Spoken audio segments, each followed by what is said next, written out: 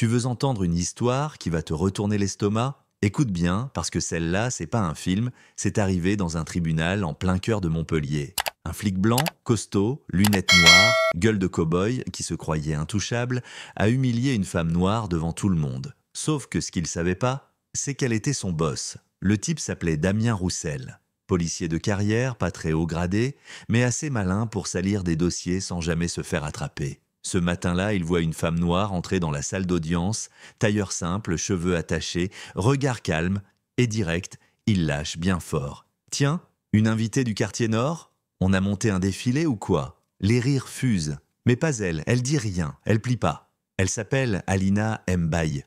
Et ce que personne ne sait encore, c'est qu'elle bosse pour le bureau des enquêtes spéciales, mandatée pour faire tomber un réseau de falsification judiciaire. Elle est cela depuis 8 mois, incognito, et Roussel, il est sur sa liste depuis le jour 1. Mais tu vois, ce que ce genre de mec redoute plus que les caméras, c'est le regard de quelqu'un qui sait. Et Alina, elle sait tout.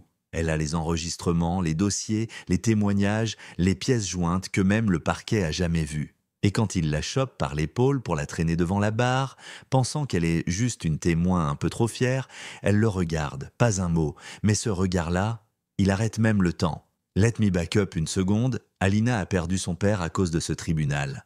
Un dossier monté de toutes pièces, caméra en panne, juge complaisant et, surprise, rapport signé Roussel. 3 ans de tôle, il est mort sans appel. Depuis ce jour, elle a juré qu'elle reviendrait, pas pour se venger, mais pour changer les règles du jeu.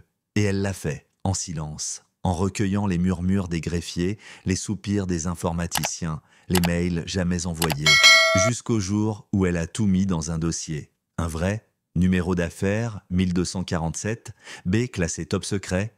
Mais ce matin-là, elle le sort, devant tout le monde, sans trembler. La juge lui fait signe de se taire. Trop tard. Alina pose son badge fédéral sur la table. Et là, tu vois la salle basculer. Silence. Roussel devient livide. La juge se fige. Les avocats détournent les yeux. Même les journalistes arrêtent d'écrire. Elle demande la parole, elle diffuse l'audio, et là, bam! Une voix, celle de Roussel. Tu veux faire disparaître une plainte? Coupe le micro, casse la caméra et dis qu'il a résisté. Le public halète. Une greffière quitte la salle en pleurant. Un procureur tente de sortir, mais la porte est déjà verrouillée par sécurité. Et juste quand tu crois que c'est fini, twist. Un autre agent dans la salle, un vieux type discret qui servait le café depuis des mois, c'était un informateur infiltré. C'est lui qui avait planqué les copies physiques des preuves, et c'est lui qui remet à Alina un dossier scellé, contenant les dernières vidéos non truquées. 3 jours plus tard, Roussel est suspendu. La juge est convoquée en commission disciplinaire. Et Alina, elle refuse les interviews. Elle dit juste « Je ne cherche pas à faire tomber des gens, je veux qu'on arrête d'en piétiner. » Dernière scène. Une photo d'elle affichée sur le mur d'une fac de droit à Paris. Dessous, une phrase écrite à la main « Les mains propres n'ont rien à prouver. Elles doivent juste continuer. » Et dans les couloirs, des étudiants en droit qui portent des brassards blancs, symbole qu'ils refusent de fermer les yeux. Mais toi, tu fermes encore les yeux ou tu regardes enfin ce qu'il se passe dans les salles qu'on croit propres. Dis-moi ce que t'en penses. Est-ce que la justice, c'est ce qu'on lit dans les lois ou ce qu'on ose révéler quand tout le monde se tait? Balance ton avis dans les commentaires. On va pas laisser cette histoire s'éteindre en silence.